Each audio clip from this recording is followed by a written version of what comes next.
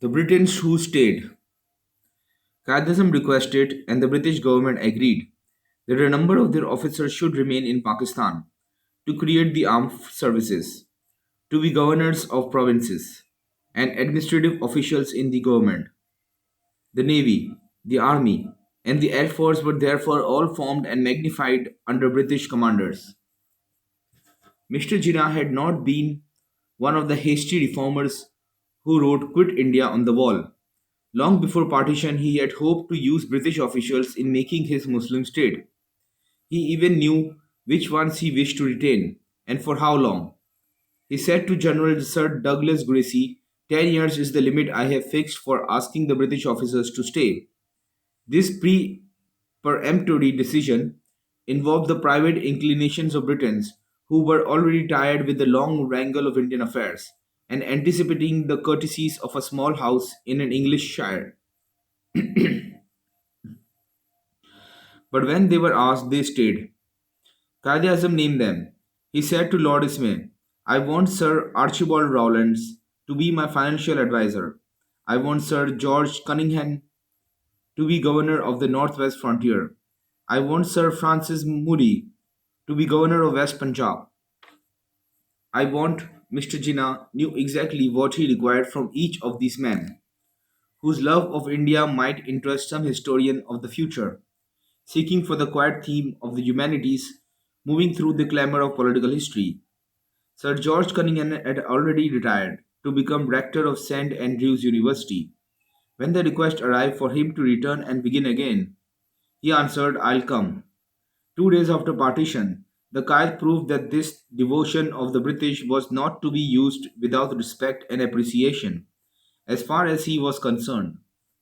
17 August was a Sunday, and the Anglican archdeacon had arranged for a special service of prayer and thanks giving in Holy Trinity Church, the Anglican Cathedral in Karachi. The archdeacon had also composed a special prayer in which the Qaid was mentioned. When Jinnah heard of this, he asked that he might be allowed to attend the service instead. In recording this solemn act, Mr. Wilfred Russell wrote, Mr. Jinnah, who knew only too well the orthodox fervor of many Muslims, might well have been taking a political risk in making this graceful and moving gesture to the Christian community of Karachi. Unlike the creators of other nations, such as Washington, Cavour, and Bismarck, Muhammad Ali Jinnah had achieved his aim without the support of an army. He never seemed, before partition, to consider the part soldiery might play in forming an independent state.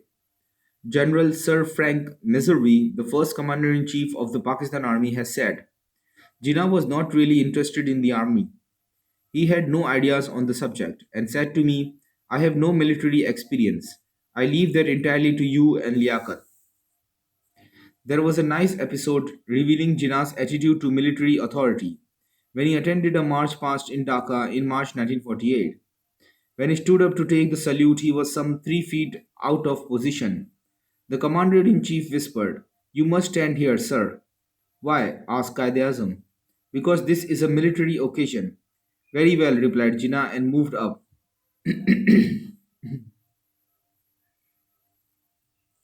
The Air Force, Qaid-e-Azam showed no more detailed interest in the formation of the Air Force than of the Army.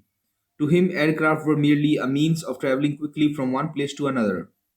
But for some reason, the establishment of the Pakistan Navy interested him.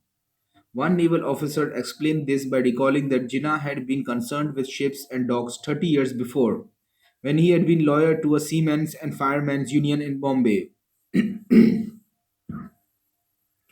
Perhaps he realized that for as long as the Hindus remained hostile, sea communication between East and West Pakistan was vital if his nation was to survive.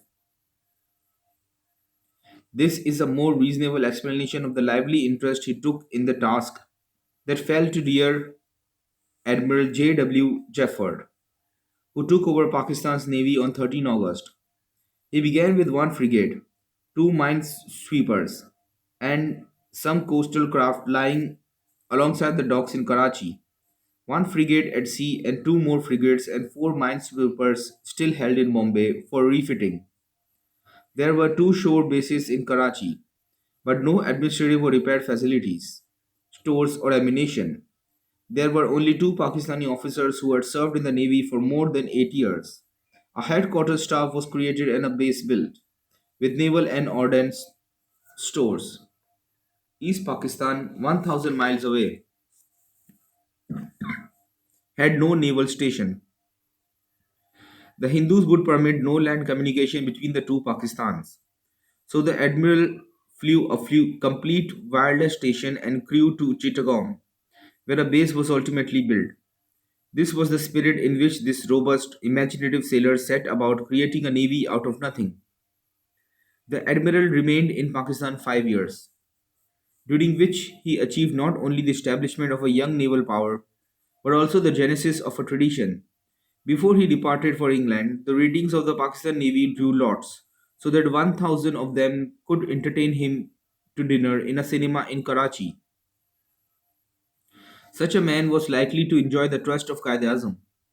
Admiral Jaffar has written of Muhammad Ali Jinnah. He was a very great man. By the time that he got Pakistan for the Muslims, he was a demigod to the masses. Yet he was no demagogue, and he lacked the man to man approach of Liaquat Ali Khan. The Qaid never courted popularity in any way. By nature, he was cold and reserved. But occasionally, there would be an unexpected flicker of humanity, and he hated psychopaths. There was an instance of this after the inaugural ceremony on 14 August 1947. The Viceroy had taken off for Delhi, and the Qaid was in Government House with some of his Pakistani friends. Lord Mountbatten had been staying with the Qaid, so both the Union Jack and the Governor General's flag were flying, side by side. Thinking to please Jinnah, one of his followers suggested that as the Viceroy was no longer on Pakistani soil, the Union Jack might be hauled down. The Qaid fixed him with his coldest and glaciest stare and said, "The correct time for hauling down flags is sunset. To do so before would be an insult to the king, who has just made me Governor General and who has signed the message that created Pakistan." The admiral was encouraged because he knew that the Qaid always had a soft spot for the navy, and because his was the first service, officially inspected by the Governor General. There was a time when Admiral Jefford was worried whether the Finance Ministry would produce funds for the two destroyers he thought essential to the service. The Qaid, usually so attached to his beloved constitutional methods, answered this doubt by drawing the admiral aside one day after lunch and saying, "Go right ahead and make the necessary plans. I shall see that you get your destroyers." Only once was there any grave difference between the Qaid and the admiral. It admitted no anger and ended, most remarkably, in a change to King's regulations and Admiralty instructions. Later in 1947, Admiral Sir Arthur Palliser, C&C East Indies Station, announced that he would pay his formal call on Qaid-e-Azam and the new state of Pakistan. It was expected that Mr. Jinnah would respect the regulation and tradition of returning the call to the Admiral's flagship. The Qaid approved all the plans but this. He would not return the call in person but would send his military secretary. The Admiralty were informed, and there was a hubbub among their lordships in Whitehall. Admiral Jefford then asked to see the Governor General as his naval adviser to explain the naval point of view. Here was a legal argument after the Qaid's own heart. He answered, "Tell the naval C that he is not my naval adviser, but that of the government of Pakistan, but that I would be pleased to see him as Admiral Jefford to clarify the naval point of view." Admiral Jefford arrived at Government House, fully prepared, as he has written, for a stormy session ending with "off with his head." But the Qaid was in a cheerful mood, and he met the Admiral at the door, a gesture that shook all the other characters to the core. As they walked into the sitting room, Mr. Jinnah said, "What about a whisky and soda?" This courtesy over Admiral Jefford quoted King's regulations and explained the traditional procedure of Governor Generals when naval commanders in chief came into port to pay formal calls. The Qaid answered, "Now look here, Jefford. I'm in a very different position from, say, the governor of a West Indian colony in the 18th century, with Nelson or someone like that calling on him. Here I am in 1947, Governor General of a sovereign, self governing state, which has just been given its freedom by the British." Mr. Jinnah explained that his people knew nothing of protocol or official calling, and that they might understand, misunderstand, or condemn his action if, as head of the state, he went to Admiral Palliser in person. But he asked that a purely naval message be sent inviting the admiral to bring his wife and family to stay at Government House, and saying how pleased he would be to attend a social function on board the flagship. The Governor General and Admiral Palliser met with mutual good grace and pleasure, but the effect of the episode on Whitehall was startling and permanent. Admiral Jaffer was later able to inform the Qaid that because of his protest, Governor General would no longer return Admiral's call in person, that King's regulation and Admiralty instructions, inviolate as the New Testament to a dyed in the wool naval officer, had been changed accordingly. Until Qaid Azam died, the military secretaries to the Governor General were both British officers. The first of these, Colonel J. Burney of the Guard Snake Cavalry, had already proved himself in two remarkable adventures. In 1927, while big game hunting in the Mandla forest, he had been bitten in the arm by a tiger. This first taste gave the tiger no pleasure. He wrenched the colonel's rifle from his hands and walked off with it into the jungle. The colonel had also been a member of the 1933 Mount Everest expedition and had endured 8 days and nights at 25,700 feet. He was therefore a man of unusual stamina and anyone's match in a test of will or endurance. On 21st July 1947, Colonel Burney wrote in his diary, "This morning I was told that I was to go at once to see Liaquat Ali Khan, as I was being considered as military secretary to Mr. Jinnah. This surprised me a good deal. I presumed that he would select a Pakistani. My interview with Liaquat Ali Khan went well and I like him very much. Next day he saw Mr. Jinnah in Delhi. His appointment was confirmed and he was asked to fly immediately to Karachi and prepare Government House for the Qaid's arrival. On 23rd July, the colonel recorded his first impression of Jinnah as most favorable. He spoke so sincerely and nicely of the British that I knew I could not refuse to do my best for him. 5 weeks later, in Karachi, he wrote, "At dinner tonight, Jinnah spoke most feelingly to us of all his past, and his sincerity and honesty have completely captivated everyone in the house." Colonel Burney's diary covers the important first months of the history of Pakistan. On 29 August, he wrote, "Atrocities on both sides have been terrible in the last fortnight. The greatest danger has existed in the fact that so many people on both sides have panicked and made things worse.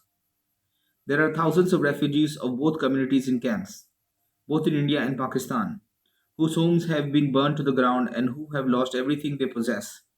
It is this complete distrust of each other that is the most serious aspect of the whole situation. 3 brigades of British troops would be sufficient to hold the balance and keep the peace.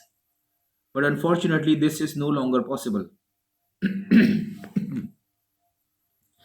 Attacks on trains have increased, chiefly organized by the Sikhs. Harrington Hobbs had a very narrow escape when his train was derailed.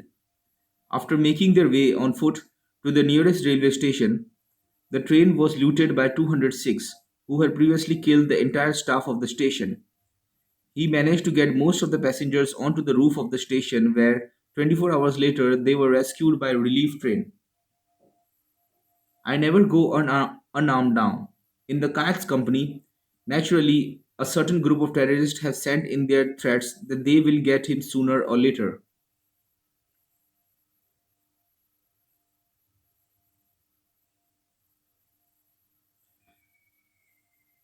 The perils and anxieties continued.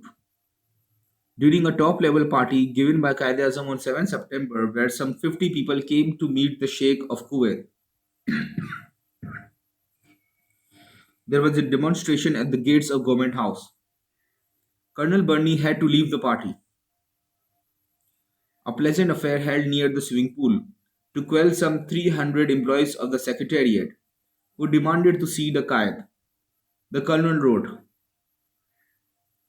I tried to persuade them to appoint one or two leaders who would come forward and state their case. I soon realized that they had no leaders and were merely all upset at the rumors of massacres of their families in East Punjab. One could not sufficiently sympathize with them, and I had already instructed the police to handle them with the utmost patience.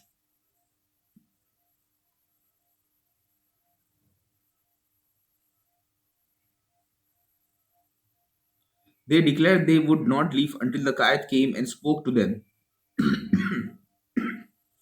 Eventually, he came out on to the back upstairs veranda of his rooms and addressed them, briefly saying that everything possible was being done to help in getting their families out. He then instructed them to keep discipline and leave the grounds. Immediately, there were cries of Qaid Azam Zindabad. The crowds then marched out without any fuss. Jinnah undoubtedly has great authority over these people, and one wonders who can possibly eventually take his place. The Qaid would not confess his veriness, even to himself. Late each night he worked at his desk, trying with the quiet appeal of the written word to cool the passions of the refugees. The reports that came in each day were terrible. Colonel Bundy wrote, also on 7th September, of a very bad week in Delhi. 6 unorganized bands had broken into Muslim shops and looted them. They held up cars and murdered any Muslim they could lay their hands on. In Delhi alone, somewhere between 1500 and 2000 Muslims had been killed. To add to our troubles in forming a new dominion, we have now to organize mass distribution of food and medicines to thousands of destitute people and to move literally hundreds of thousands out of India into Pakistan, where incidentally there are no houses for them. These countless thousands must now be wondering whether life under British rule, under which they had complete security, was not better than their now desperate plight.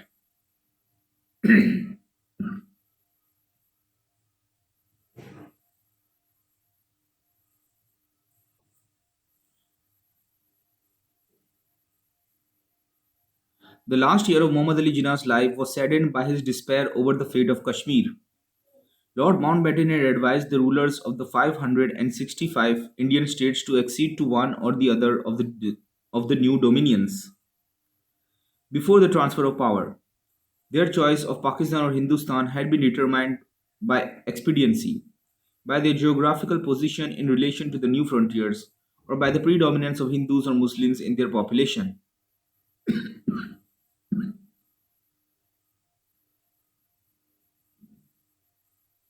All but the rulers of Junagadh, Hyderabad, and Kashmir had agreed.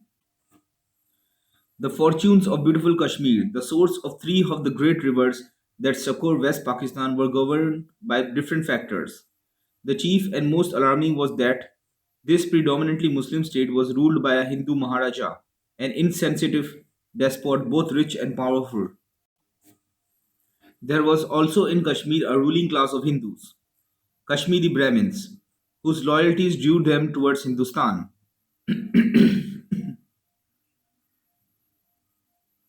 Many of them had become important leaders in Indian politics, and their voices were powerful in the councils of Delhi.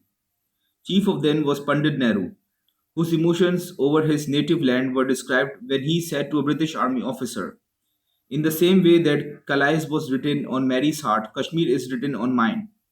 Thus, at the time of partition, Kashmir was herself tragically divided. A multitude of middle class and poor Muslims who formed 80% of Kashmir's population and who saw their only salvation in joining Pakistan were dominated by a powerful Hindu minority and ruled by a Hindu who wanted to accede to India, but who was naturally alarmed by the dangerous strength of his own people and afraid to declare his mind. This confusion of loyalties led to the first considerable dilemma in the affairs of divided India. Within 15 days of partition, Lord Mountbatten had become so alarmed at the prospect of conflict in Kashmir that he asked Lord Ismay to do his best to get the Maharaja to make up his vacillating mind and induce him to accede without further delay to whichever dominion he and his people desired. The Maharaja would not decide, and while he boggled and intrigued for his own profit, his people acted for him. At the end of August, his Muslim subjects in Paunch, part of western Kashmir that bordered on Pakistan, revolted and formed their own Azad Free Kashmir government. The Maharaja then ordered his troops to expel thousands of Muslims from the district of Jammu.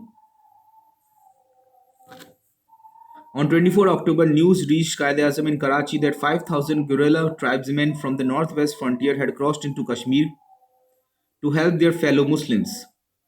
2 days later, the Maharaja declared his mind. He acceded to India and asked for the support of Indian troops. The terrible, long tragedy had begun, and on that day, 26 October, Mr. Jinnah flew to Lahore to be nearer and able to watch the fate of the Muslims in Kashmir. Colonel Burney wrote in his diary, "The Qaid and Miss Jinnah left for Lahore on Sunday. Qaid's visit is in connection with the troubles in Kashmir, which are becoming very serious. Mountbatten is to join him in Lahore to discuss the problem.